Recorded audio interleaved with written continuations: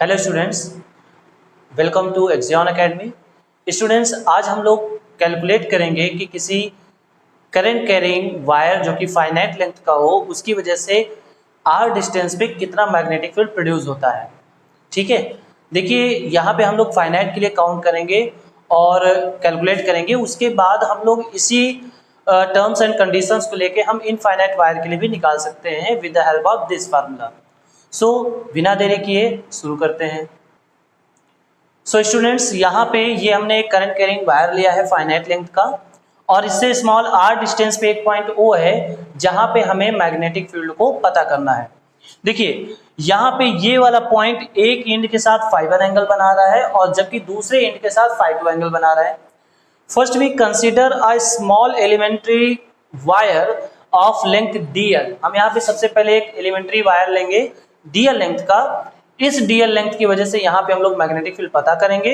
उसके बाद हम लोग ये φ1 और φ2 के रिस्पेक्ट में इसको देखेंगे कि क्या फार्मूला डेराइव होता है। तो सबसे पहले यहाँ पे इस एलिमेंट्री पार्टिकल के लिए निकालने के लिए हम लोग बायो सेवर्ट लॉ का यूज करेंगे। तो बायो सेवर्ट लॉ के हिसाब से जो dB होगा वो होगा μ0/4 पाई आई डी एल।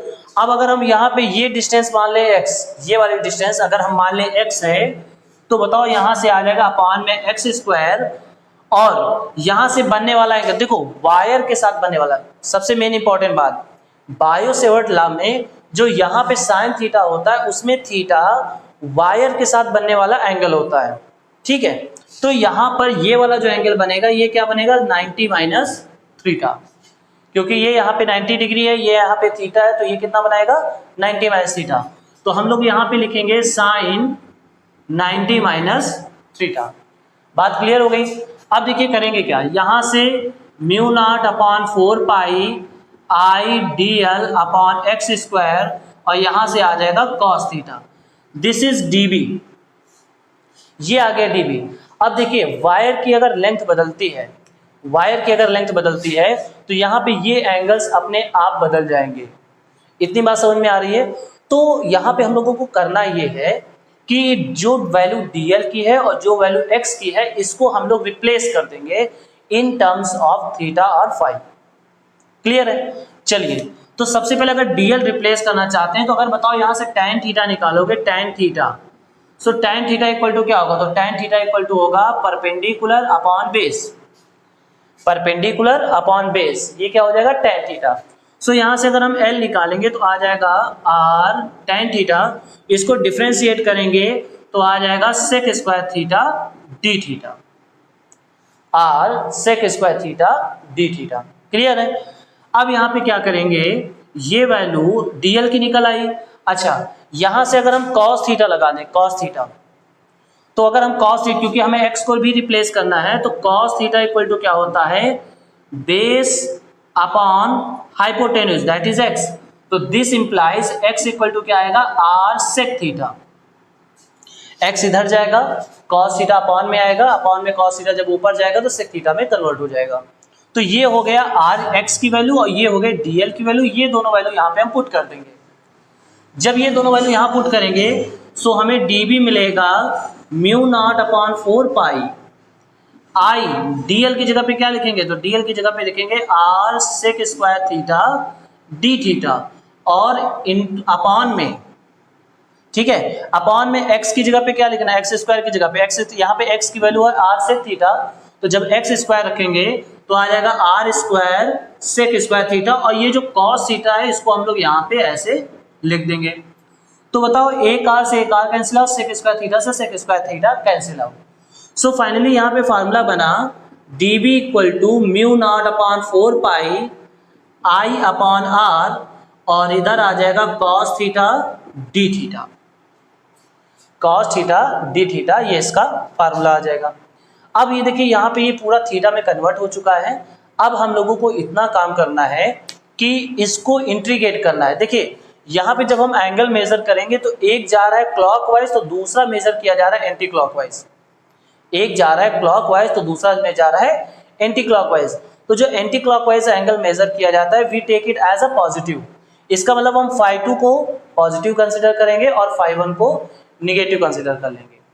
ठीक है। सो यहाँ पे जब हम इंटीग्रेशन करेंगे dB का, तो यहाँ से mu naught upon 4 pi I upon R, ये बाहर आ जाएगा।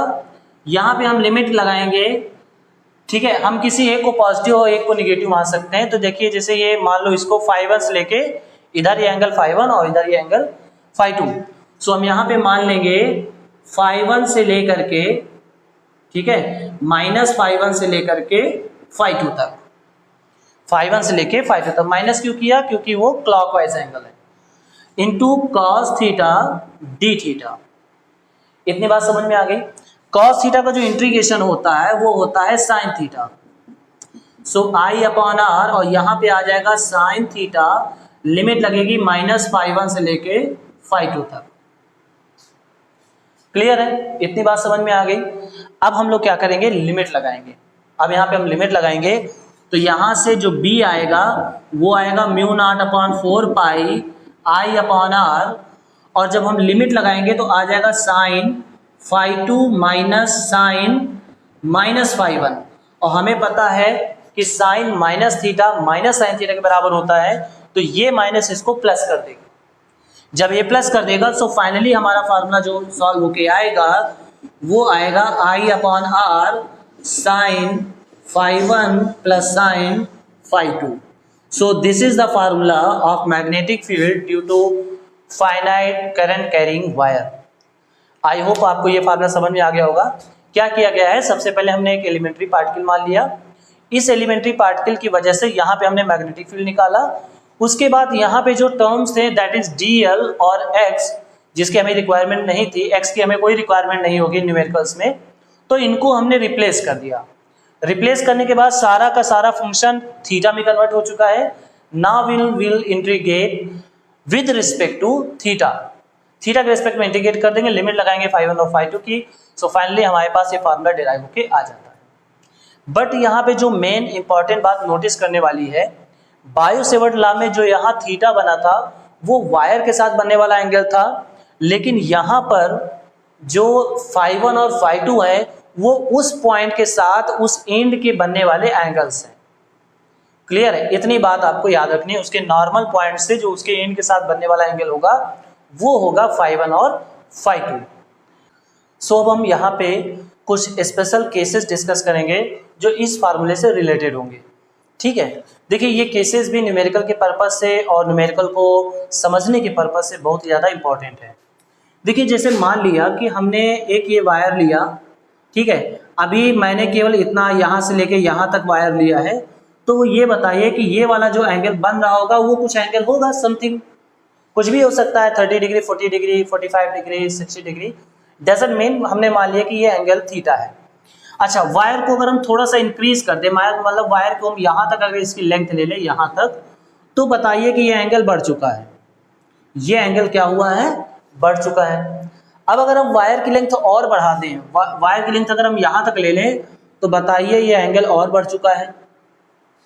ठीक, सिमिलरली अगर हम लोग इसको इनफाइनाइट तक लेके चले जाएं, यानी अगर इसका एक एंड इनफाइनाइट तक जा रहा हो, तो बताइए ये इनफाइनाइट पे केस में ये जो एंगल है वो बनेगा 90 डिग्री, क्योंकि हमें पता है कि दो पैरेलल लाइंस इनफाइनाइट पे जाके मिलती हैं, दो पैरेलल लाइंस इनफाइनाइट पे जाके मिलती हैं, तो यहाँ से ये वाला एंगल कितना बन जाएगा? 90 डिग्री। ये तो अभी हमने एक एंड की बात की है।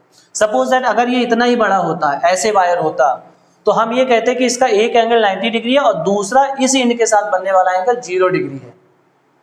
ठीक है, 0 डिग्री है क्योंकि ये इसके जस्ट सामने है।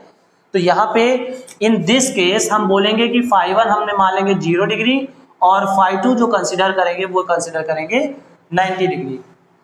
अब अगर मान लिया ये दोनों वैल्यू यहाँ हम रख दे तो साइन φ1 यानी साइन 0 की वैल्यू 0 होती है एंड साइन 90 की वैल्यू 1 होती है। तो हम ये कह सकते हैं कि हमें जो फार्मूला मिलेगा वो मिलेगा mu naught upon 4 pi I upon R 0 + 1, 1 का मल्टीप्लाई होगा तो यही आ जाएगा, तो b इक्वल टू आ जाएगा mu naught upon 4 pi I upon r. So ये एक फार्मूला निकलता है, ये इस केस में निकलता है जब हम ये समझे कि यहाँ पे इसका एक एंड इसके सामने है और दूसरा एंड जाके इनफाइनाइट पे इसको कट करेगा या एंगल बनाएगा। अब अगर मान लीजिए कि ये वाला भी वायर इनफाइनाइट तक चला जाए, ये एंड भी इनफाइनाइट तक चला जाए, तो बताओ ये वाला फाइटो एंगल भी जाके 90 डिग्री हो जाएगा। सो इफ बोथ एंड्स, ठीक है, if both ends of the wire has infinite length, infinite length, अगर मान लें कि दोनों एंड्स के जो लेंथ हैं वो इनफाइनाइट है, तो बताइए यहां से φ1 भी 90 डिग्री होगा और φ2 भी 90 डिग्री होगा। तो यहां से हम ये कह सकते हैं कि जो B होगा वो होगा μ0/4 पाई I/r, और यहाँ पे आ जाएगा sin φ1 प्लस φ1 की जगह पे कितना रखेंगे 90 डिग्री, sin 90 प्लस sin 90, तो वैल्यू क्या होती है sin 90 की वैल्यू 1, sin 90 की वैल्यू 1, 1 + 1 2। सो फाइनली हमारा जो फार्मूला आएगा इनफाइनाइट वायर के लिए वो आएगा 2I/r,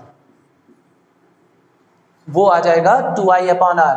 तो इन केस अगर कोई वायर दोनों एंड से इनफाइनाइट जाता है, इनफाइनाइटली लॉन्ग है, तो उस केस में जो मैग्नेटिक फील्ड का फार्मूला होगा वो होगा μ0/4 पाई 2I/r।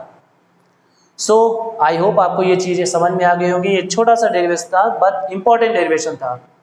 वीडियो पसंद आया हो दोस्तों के साथ शेयर कीजिएगा, चैनल को सब्सक्राइब कीजिएगा, और अगर आपको और भी ज़्यादा बुक्स या कंटेंट चाहिए तो जो ये वेबसाइट आपके सामने विजिट हो रही है, आपके सामने शो हो रही है, उस पर जाइए और नए नए कंटेंट्स डाउनलोड कीजिए।